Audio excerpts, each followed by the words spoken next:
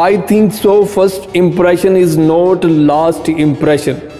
How you can judge another person؟